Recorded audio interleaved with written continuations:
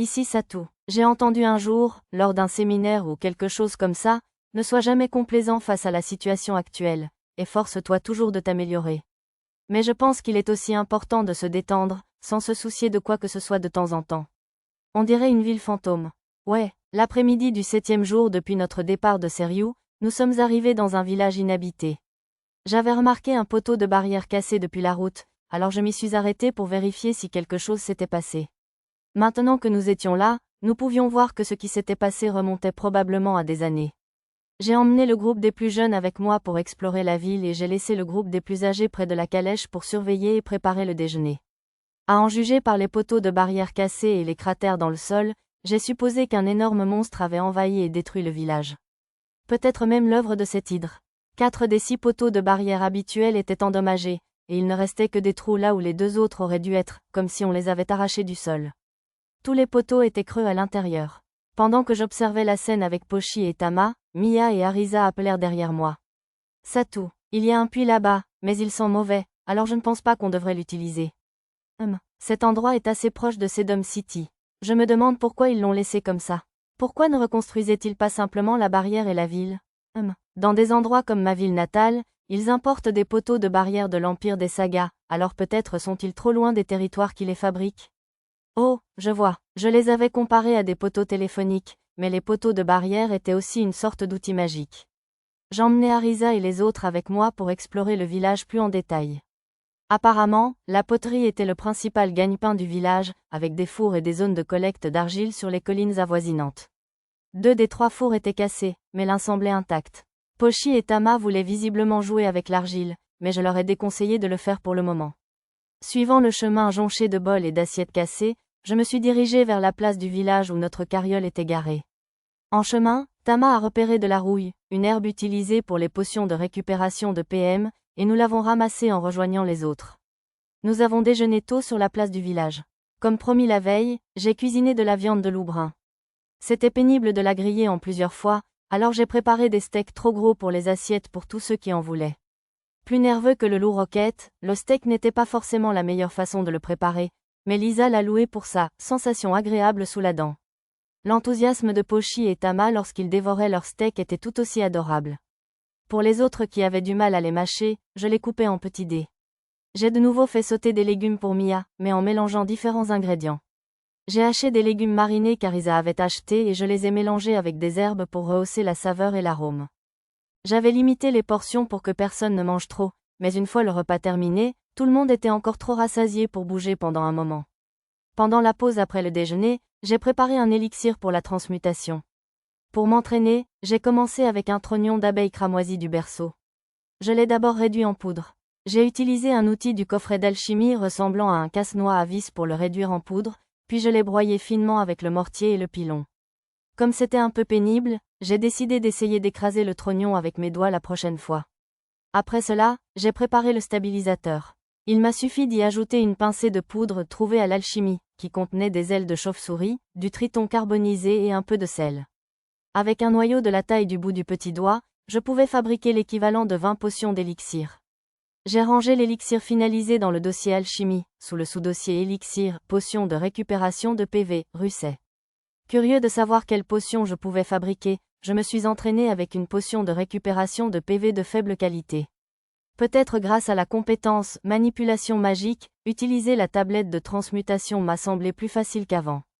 Ma potion magique finale est de la plus haute qualité. Comme le vendeur de l'alchimie voulait des noyaux rouges de grade 3 ou supérieur, j'avais supposé que le rang était essentiel pour la fabrication de potions, mais c'était possible même avec des noyaux de grade 1. Cette fois, j'ai essayé une recette tirée des documents de Trazayuya pour préparer 5 potions simultanément. Malheureusement, celle-ci était de rang inférieur, en haute qualité. Ensuite, j'ai essayé avec des cœurs de rang 2 et 3. Les résultats étaient de la plus haute qualité, même avec la recette à 5 ingrédients. En gros, la qualité des potions dépendait de la qualité des noyaux utilisés, semblait-il. Si je pouvais préparer des potions de haute qualité même avec des noyaux de qualité inférieure, c'était probablement grâce à ma compétence « transmutation » au maximum.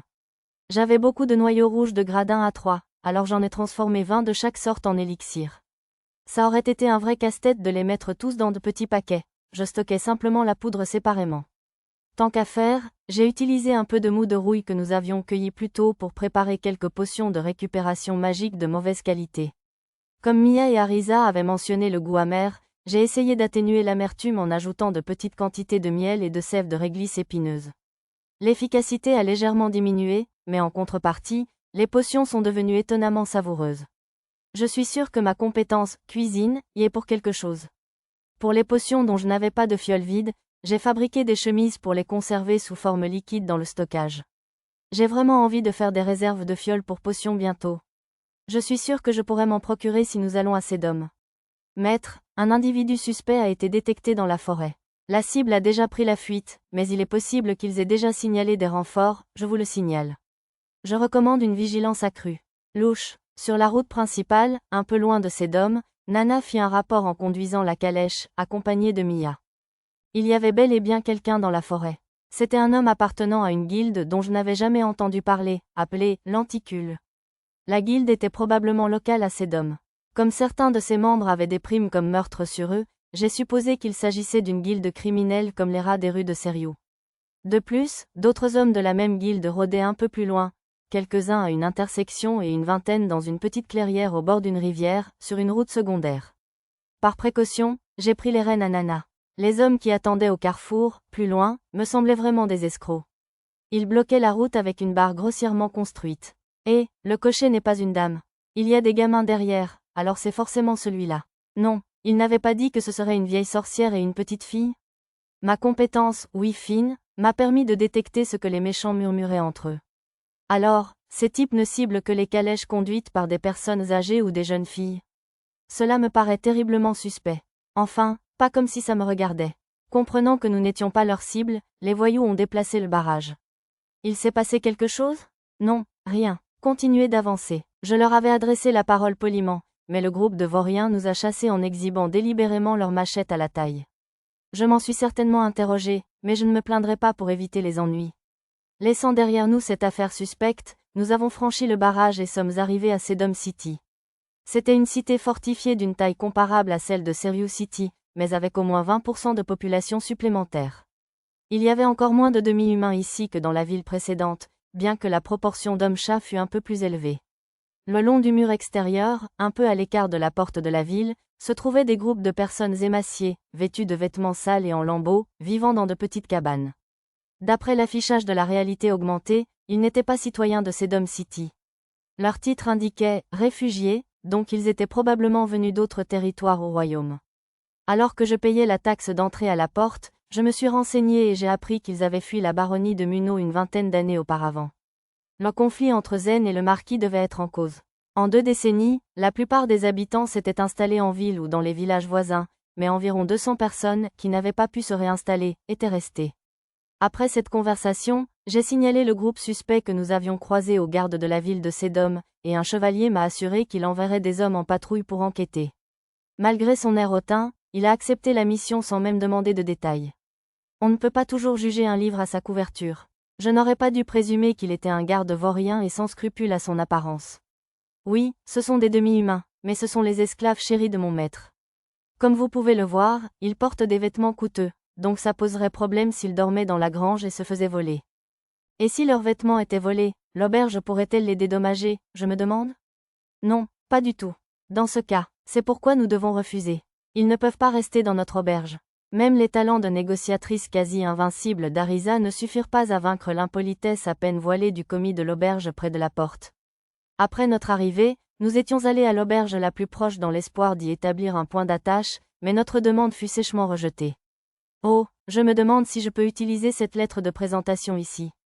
Pensant que je n'avais rien à perdre, je sortis la lettre que j'avais reçue de l'assistant du connétable à l'administration de Nuki et la montrai au commis mal élevé.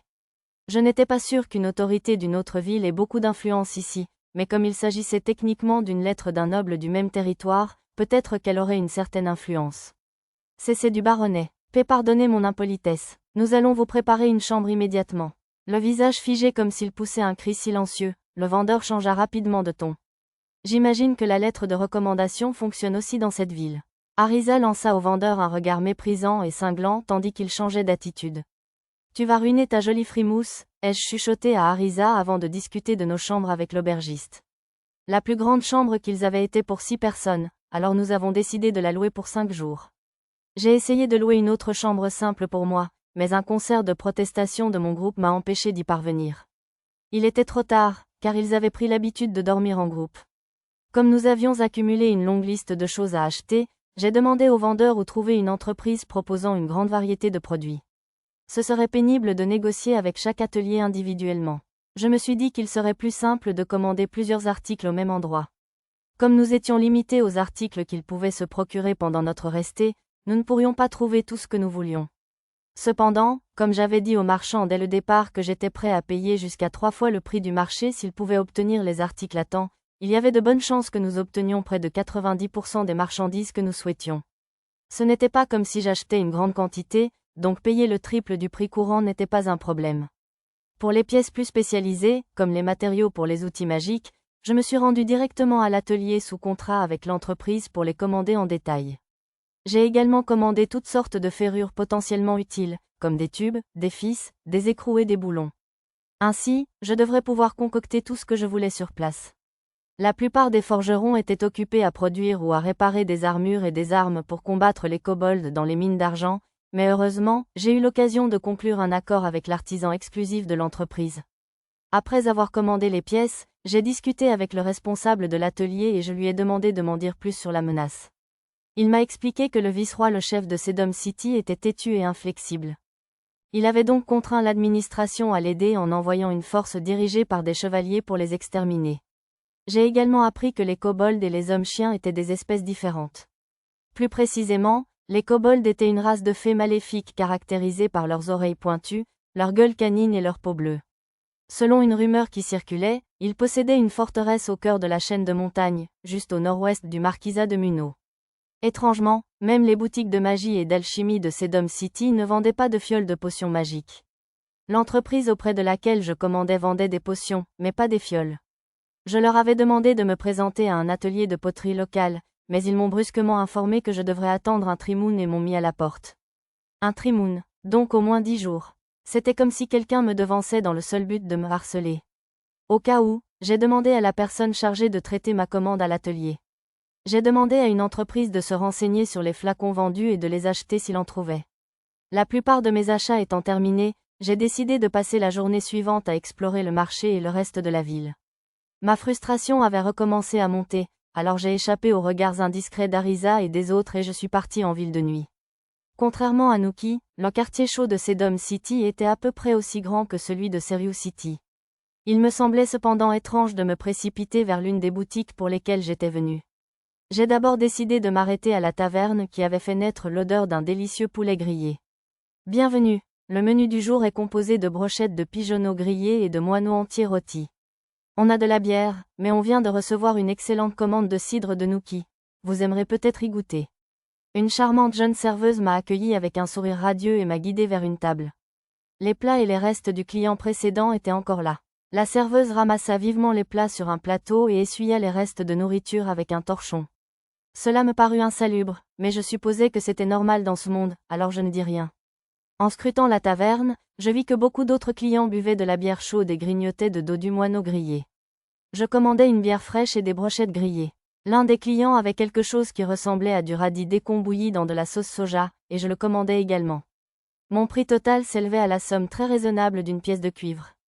Je préférais ne pas boire seul, alors, comme à la taverne de Kainona, je rejoignis les rangs des habitants en leur offrant un tonneau entier de bière.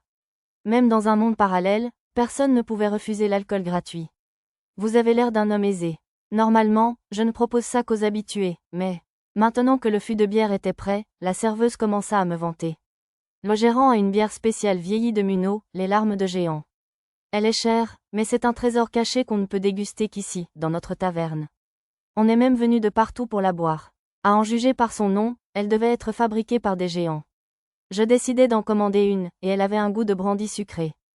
C'était certes délicieux, mais son degré d'alcool semblait élevé, suffisant pour assommer un poids-plume. Pendant que je buvais cette liqueur sucrée, je persuadai un homme plus âgé et bavard de me parler des attractions célèbres de Sedom City. Alors que je remarquais les endroits qui semblaient intéressants à découvrir, j'entendis une conversation suspecte à une table de l'autre côté de la salle. Alors, comment ça s'est passé?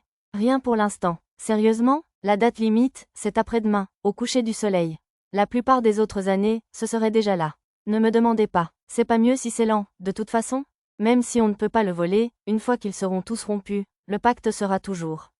J'ai trouvé la source des voix, quelques hommes encapuchonnés buvant à une table dans un coin. L'un d'eux avait de longs cheveux argentés qui dépassaient de l'ombre de sa capuche, et il les a rentrés dans son bonnet avec irritation. Sans sa voix masculine et sagace, je l'aurais pris pour une femme. Alors que la conversation suspecte devenait intéressante, le vieil homme m'a attrapé par l'épaule pour attirer mon attention. Tu m'écoutes, fiston? Oui, bien sûr. La statue du roi ancestral devant le bureau du gouvernement a l'air magnifique. J'ai versé un peu de cidre dans la coupe du vieux.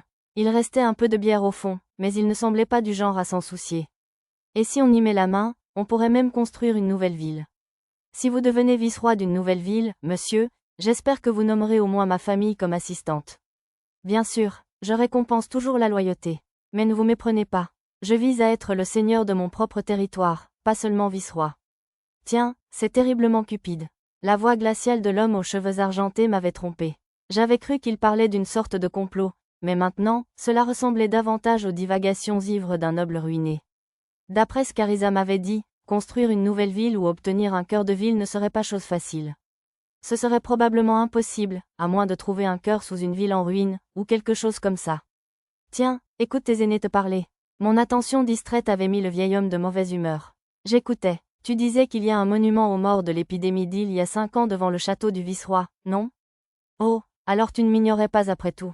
Ma vieille dame a failli mourir de cette maladie aussi, mais elle a survécu grâce au remède de la sorcière de la forêt. On lui doit bien une fière chandelle.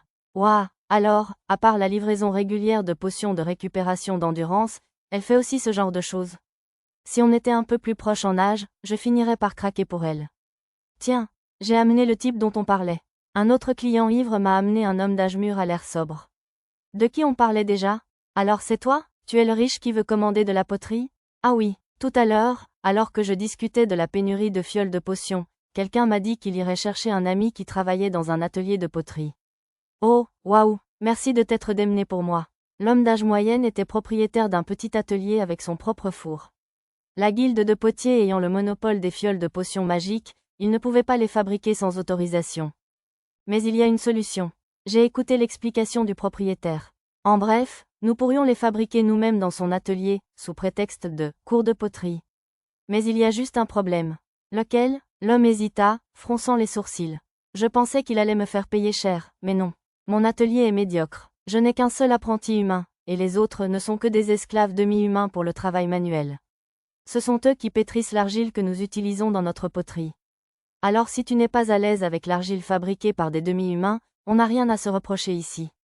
Le propriétaire de l'atelier grimaçait, mais je lui ai dit que ce ne serait pas un problème et lui ai demandé s'il pouvait accueillir un grand groupe de personnes, en expliquant combien nous étions. Ouais, pas de problème. L'atelier était très rentable autrefois, donc l'endroit est assez grand. On a aussi assez de tours de potier pour beaucoup de monde. Alors, pour le prix, j'ai accepté son offre sans même essayer de négocier. Il devait être pauvre depuis un moment, car le prix qu'il proposait était si bas que je m'en suis senti mal. Je l'ai invité à rester boire un verre, mais il m'a dit qu'il devait se préparer pour le lendemain et est parti d'un pas plus vif. Après avoir discuté un moment avec les habitués, l'un d'eux m'a proposé de m'emmener au meilleur bordel de Sedum City. Cependant, peu après notre départ de la taverne. Maître, nous venons vous chercher. Allons-y, maître, il est largement l'heure de dormir, je vous le signale. Arisa, Mia et Nana avaient réussi à me retrouver et à venir me ramener à l'auberge. Et, si vous avez 3 jolies femmes comme ça, vous devriez rentrer chez vous. À plus tard, et merci pour les bons verres. On se revoit. Merci de prendre soin de mon mari. J'espère que vous resterez amis à l'avenir. Arisa, de bonne humeur après avoir été appelée « ma femme », a fait un adieu poli à mes compagnons de beuverie. En réalité, son commentaire ressemblait plus à celui d'une mère qu'à celui d'une épouse. Pendant qu'Arisa parlait aux hommes, Mia et Nana s'empressèrent de m'attraper par les bras. Mon bras gauche était jaloux du droit que Nana tenait. Lorsqu'elle se retourna vers nous et vit que les 2 autres avaient déjà pris possession de mes flancs, Arisa fit une petite crise. Je n'ai que 2 bras, que voulez-vous que je fasse? Je cédai aux 3 et les laissai me ramener à l'auberge. Je demandai en chemin comment ils m'avaient trouvé, mais Mia répondit seulement que c'était « secret ». Elle avait probablement utilisé une technique elfique. Mais j'aimerais croire qu'ils ont fait le tour de la ville pour me demander de mes nouvelles ou pour une autre réponse tirée d'un fantasme. Ah, c'est inutile, monsieur. Ce n'est pas bon du tout, monsieur. Nuon. Ah, je n'y arrive pas. Au gémissement de Pochi et Lulu, je me retournai. L'homme d'argile refuse de se calmer, monsieur. J'ai bien peur d'avoir échoué. Après avoir commenté la motte d'argile déformée sur le tour de potier, Pochi commença à la rouler en une nouvelle boule. Lulu, ramassant elle aussi son échec et repartant de zéro, croisa mon regard et sourit timidement. Le 8e matin depuis notre départ de Seriou, nous étions passés à l'atelier de poterie. Le maître nous avait enseigné les bases et le maniement du tour, puis avait laissé le reste aux esclaves félins et avait repris son propre travail. Il aurait été trop difficile pour nous, novices, de nous lancer subitement dans la fabrication de fioles, alors nous avons commencé par nous essayer aux tasses à thé. L'adorable petit incident de Pochi et Lulu témoignait bien de nos progrès. C'est un peu plus difficile que prévu. Il est difficile de calculer la force centrifuge, je vous le signale. Lisa et Nana peinaient également à façonner correctement l'argile. Elles y parvinrent bien au début, mais leurs pièces se cassèrent vers la fin. Mia, quant à elle, avait déjà fait de la poterie dans son village natal et montrait aux autres comment faire. Regarde, Mia, s'il te plaît, complète ta démonstration par des mots, je t'en prie. Regarde bien, les instructions muettes de Mia déconcertent Nana et sa compréhension théorique des choses, mais Lisa, plus pragmatique, n'eut apparemment aucun problème et termina son premier récipient. En examinant son œuvre, le visage de Lisa se plissa d'un sourire. La large ouverture donnait à son projet l'impression d'un petit bol plutôt que d'une tasse à thé, mais comme elle était si contente, je ne voulais pas la décourager. Souriant tendrement, je retournai à mon travail et lançai une remarque à Arisa tandis qu'elle façonnait un objet suspect à côté de moi. Alors, Arisa, qu'est-ce que tu fais? Comment ça? Une figurine? Évidemment, je ne crois pas. Je tendis la main et écrasai l'objet bizarre sous mon poing. Ah, pas, statue de mon maître bien-aimé. J'avais presque fini, moi aussi. Je t'interdis de créer quoi que ce soit qui soit contraire aux bonnes mœurs. J'ai coupé court aux protestations d'Arisa. Normalement, je la laisserais faire ce qu'elle voulait, mais je n'allais pas laisser une statue nue de moi ou toute autre figure douteuse exister sous ma surveillance. Oh, il ne restait plus qu'à concevoir et sculpter la partie inférieure. J'ignorais le deuil d'Arisa et continuais mon travail.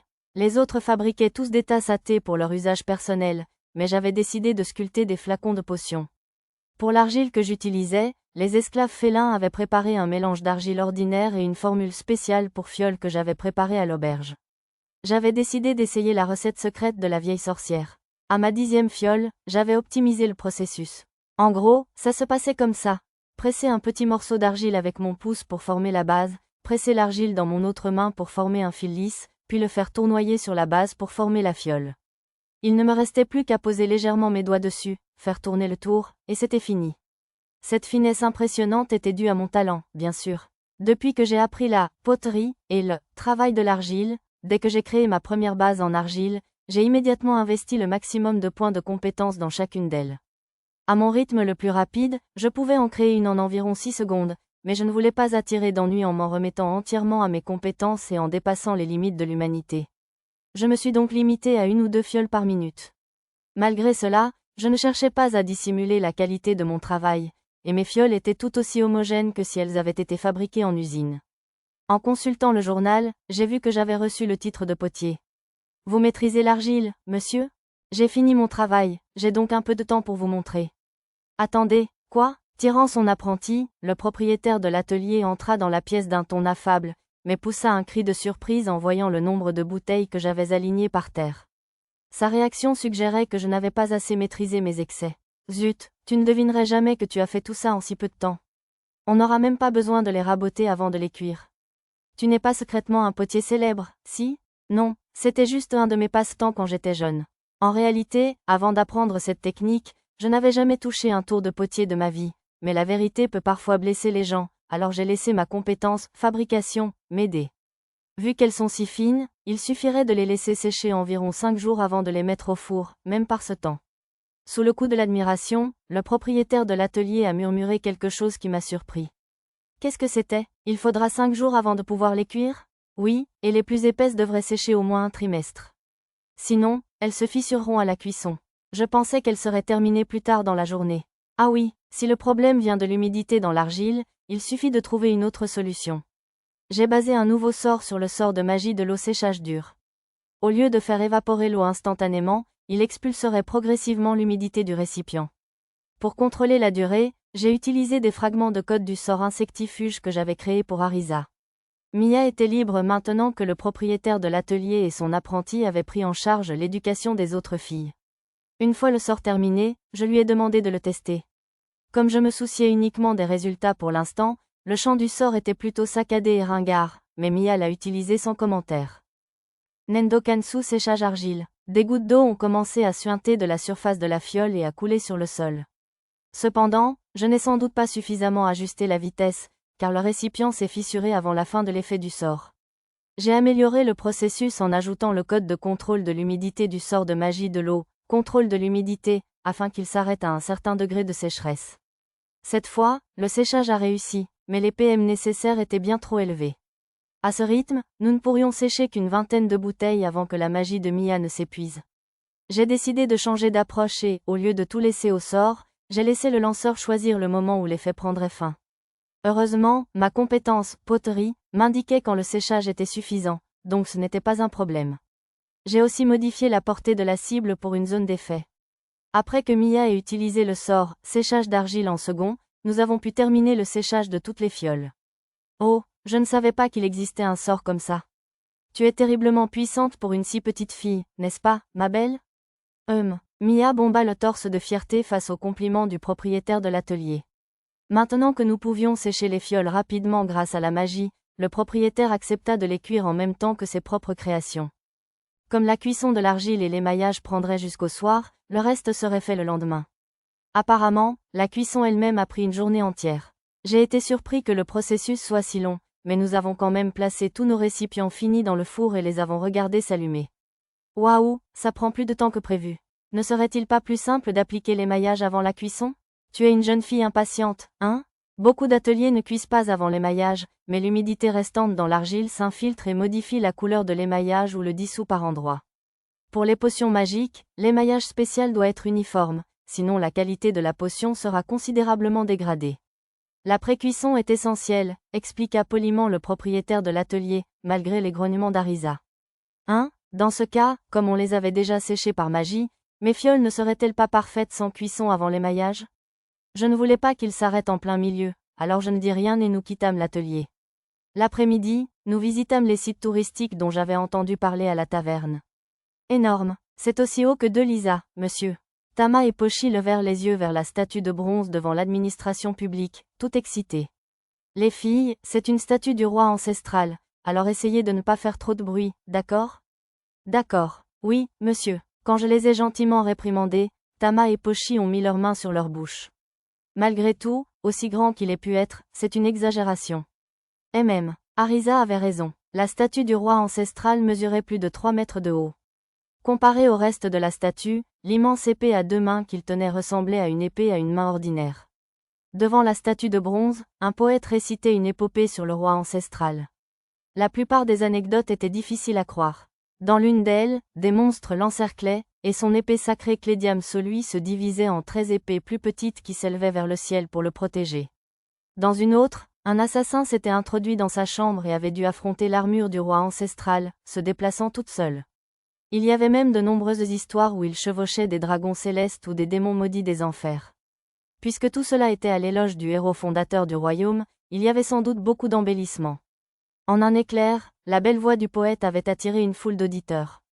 Quand la chanson s'acheva enfin, je jetai de l'argent dans le chapeau aux pieds du poète et me joignis aux applaudissements nourris. Cette scène paisible fut aussitôt gâchée par les railleries d'un homme. Bande d'idiots, dégagez! Se frayant un chemin à travers la foule, un homme à l'allure aristocratique s'avança d'un pas lourd. C'est rare de voir un noble se promener sans calèche. Je pense que c'est un ancien noble qui a connu des moments difficiles. Je l'ai déjà croisé à la taverne.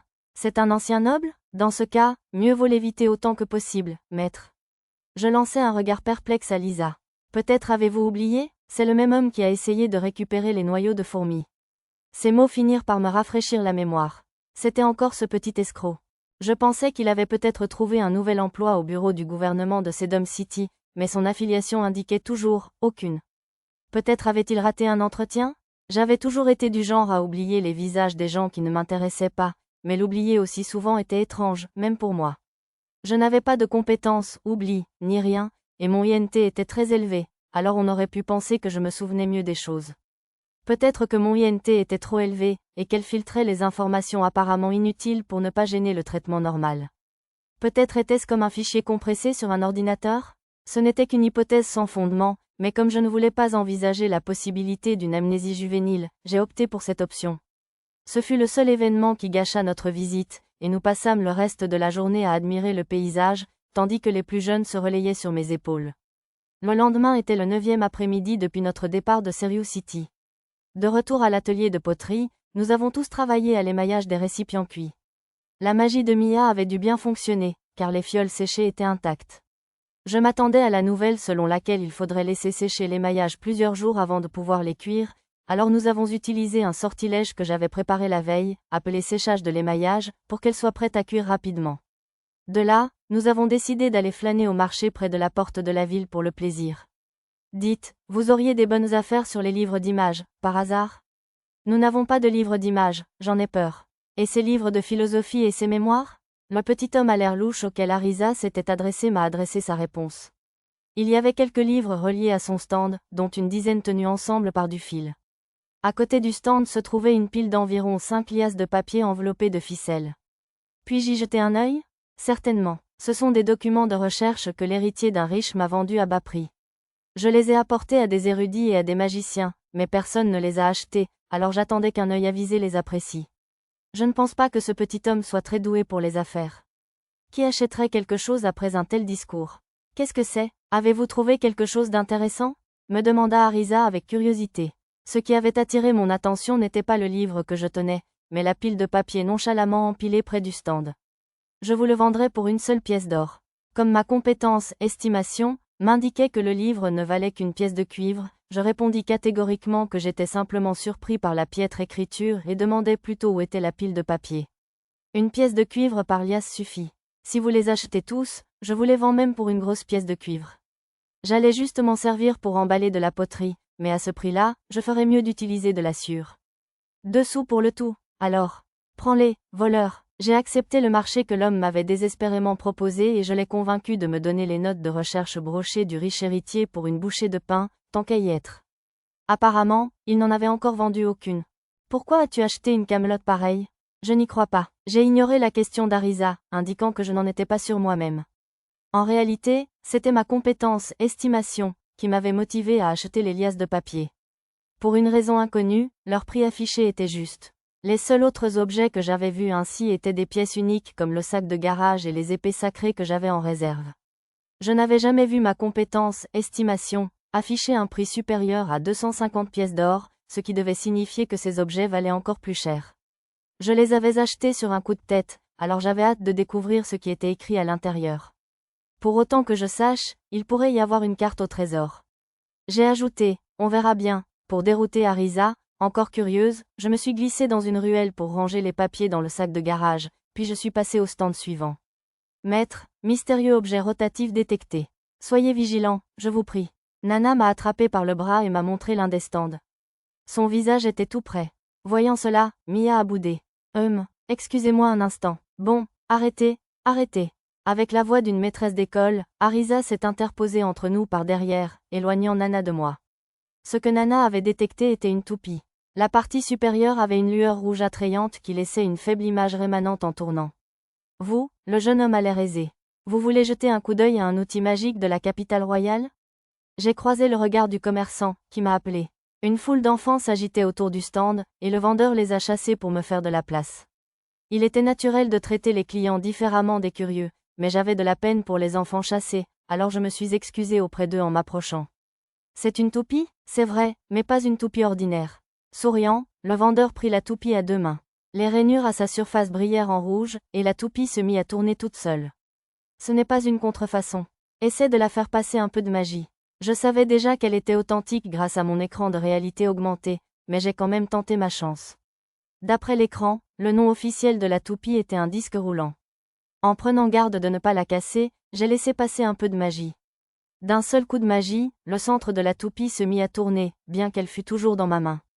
Quand je la relâchai, l'extérieur tourna dans le sens inverse de l'intérieur. Elle devait utiliser un mécanisme semblable à un moteur fonctionnant par magie. Avec un tel mécanisme, je pourrais probablement fabriquer un mixeur ou quelque chose du genre. Comme il n'y avait pas de circuit motorisé dans mon manuel d'outils magiques, c'était peut-être une création originale du créateur. Plutôt intéressant. J'aimerais en acheter 2, s'il vous plaît. Combien? Normalement, je demanderais 2 pièces d'or et demi pour un, mais si vous en achetez 2, je peux le réduire à 4. Le prix correspondait à mon estimation du marché. C'était cher pour un jouet, alors peut-être pourrais-je obtenir une meilleure réduction. J'ai réussi à le convaincre de baisser le prix à 3 pièces d'or pour 2. J'en ai acheté une de rechange pour pouvoir en démonter une et l'inspecter. En sortant les pièces d'or, j'ai demandé sur un coup de tête qui en était le créateur, et il m'a répondu sans hésiter. L'inventeur était un vieux professeur de la capitale royale nommé Jahado. Cet homme était célèbre pour ses outils magiques inutiles, m'a-t-il dit. J'avais un peu faim en parcourant les étals, alors j'ai suivi mon odorat jusqu'à un produit parfumé appelé ravioli rôti, une spécialité de Sedum City. Il s'agissait de légumes marinés enveloppés dans une fine couche de farine de blé pétrie et cuits au four, un peu comme des manjus. Bien que ce plat soit exclusivement composé de légumes, il a rencontré un franc succès, même auprès des filles bêtes. En jetant un coup d'œil, j'ai vu que les yeux de Lisa étaient fixés sur un stand de brochettes de poulet voisin, alors je lui ai donné de la monnaie. J'en achèterai pour le groupe. Pendant que nous savourions cette petite pause gourmande, une lumière bleue apparut sur le radar, dans le coin de mon champ de vision. L'emplacement indiquait que la personne se trouvait près de la route principale. Comme un point bleu indiquait une connaissance, je pensais que c'était peut-être Zena qui me poursuivait, mais je me trompais. Le point appartenait en réalité à l'apprentie sorcière. Elle voyageait dans un carrosse, flanqué d'une escorte de 4 armures vivantes, en direction de Sedum City. Je pensais qu'elle irait à la ville la plus proche, Nuki, ou plus au nord, à Kuanu, pour livrer les potions magiques. Mais comme le carrosse était bien chargé de potions, elle devait venir pour une livraison. J'ignorais pourquoi ils avaient fait un tel détour pour transporter des marchandises à Sedum City, mais j'étais sûr qu'il y avait une raison. Puisque la livraison avait été précipitée à cause des kobolds qui attaquaient les mines d'argent, peut-être avait-il choisi Sedum City pour la livraison, car c'était la plus proche des mines. Ce qui signifie que ces types au carrefour prévoyaient de tendre une embuscade à l'apprentie sorcière. J'ai revérifié la carte. La calèche avait déjà dépassé le carrefour, où le groupe de voleurs était regroupé sur le bord de la route, souffrant de fractures osseuses. Les gardes en armure vivante les avaient probablement tabassés. J'avais mis un moment à le remarquer, mais maintenant que je savais que la disciple de la sorcière avait fait tout ce chemin jusqu'ici, je me suis dirigé vers la porte pour la rejoindre. Que se passe-t-il? Oh, je voulais juste dire bonjour à une connaissance. Une connaissance? Ouais, je t'ai déjà dit que j'avais visité une tour de sorcière au fond de la forêt, non? Quoi? Alors, tour de sorcière, ce n'était pas le nom d'un commerce rempli de jolies femmes? Alors que je discutais avec Arisa en me dirigeant vers la porte de la ville, j'ai remarqué un mouvement étrange sur le radar. Quelques méchants du carrefour poursuivaient la calèche de l'apprenti, et ils gagnaient du terrain. Il faut qu'on se dépêche, en fait.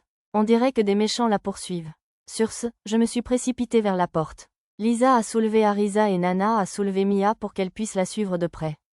Ah, Pochi, Tama, posez-moi. On va vous porter, mademoiselle. Je t'ai eu, loulou. Lorsque je me suis retourné, surpris par le concert de voix derrière moi, j'ai vu que Pochi et Tama essayaient de porter Lulu ensemble, les jambes sur les épaules. Oups, j'aurais dû leur dire que les plus lents du groupe pouvaient prendre leur temps pour nous suivre. Il y eut du grabuge devant la porte de la ville. Les brigands avaient rattrapé le chariot tiré par une panthère, et la bataille avait déjà commencé. Les 4 armures vivantes s'alignèrent pour répondre à l'embuscade avec des armes semblables à des fourches. La sorcière utilisa son sort de fronde magique de la terre pour repousser d'un seul coup tous les méchants qui approchaient. Malgré la proximité de la porte, aucun des gardiens ne sortit pour intervenir. En fait, toi, la sorcière, la magie est interdite près de ces dômes. Et si tu blessais des passants innocents? Ils se contentaient de crier des bêtises pour l'en empêcher.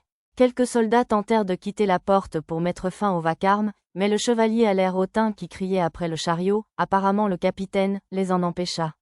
Ce type semblait lui aussi collaborer avec les méchants, ou du moins être payé. J'ai demandé à Nana de surveiller Lulu et Mia, puis j'ai emmené les filles bêtes avec moi vers la calèche. Au cas où, j'ai demandé à Arisa de s'occuper du chevalier et d'utiliser sa magie psychique pour contrôler la zone. Lisa, Pochi, Tama, ne laissez pas les méchants approcher de la calèche. Sans attendre de réponse, je me suis mis à courir. Vous tous, si vous vous joignez à ce vacarme, vous en répondrez aussi à la loi. Nous, au milieu de sa déclaration, le chevalier s'est soudainement effondré, visiblement anémique. Les soldats autour de lui ont tous crié docilement, « Capitaine », mais aucun ne lui a porté secours. Il n'est pas très populaire, j'imagine. Oh là là, il est peut-être anémique? a fait remarquer Arisa à Lulu d'une voix forte et peu naturelle, en me lançant un rapide clin d'œil lorsque nos regards se sont croisés un instant. Elle a dû utiliser son sort de magie psychique, coup mental, pour le mettre KO d'un seul coup. Voyant que nous accourions pour aider, le familier oiseau globe magique sur la tête de l'apprenti l'alerte d'un grand « Poukoui ». On vous soutient. Cessez-vous. La personne à la cloche elfique. Je m'appelle Satou. Je rappelais mon nom à Iné. Comment? Exact. Iné machin chose, puis je l'aidais à repousser les voleurs. Le chevalier qui les retenait étant maintenant hors de portée, les gardes vinrent proposer leur aide. Laissez-nous faire et entrer dans la ville, s'il vous plaît. L'homme qui semblait être le vice-capitaine rappela Iné et se dirigea vers les bandits, qui semblaient moins enclins à se joindre à la mêlée maintenant que des fonctionnaires étaient impliqués. La calèche d'Ine et son escorte en armure vivante nous dépassèrent à toute vitesse pour entrer dans la ville. Comprenant leur échec, la plupart des méchants s'enfuirent par groupes de 2 ou 3 dans la forêt, mais quelques-uns s'obstinèrent à poursuivre le carrosse, si bien que les filles bêtes les assommèrent sur mon ordre. Puis, laissant les gardes s'occuper des méchants capturés, nous retournâmes en ville. Alors que nous franchissions la porte, un grondement annonça une violente collision, suivie du fracas d'objets brisés, et enfin du cri d'Ine. En accourant sur les lieux, nous avons vu des chariots chargés de rondins qui avaient coincé le chariot d'Ine, et que les armures vivantes avaient détruit, et, enfin, les restes tragiques de la caisse de potions magiques, écrasés entre les armures vivantes. Plip, plip, du liquide s'écoulait lentement de ce qui restait de la caisse.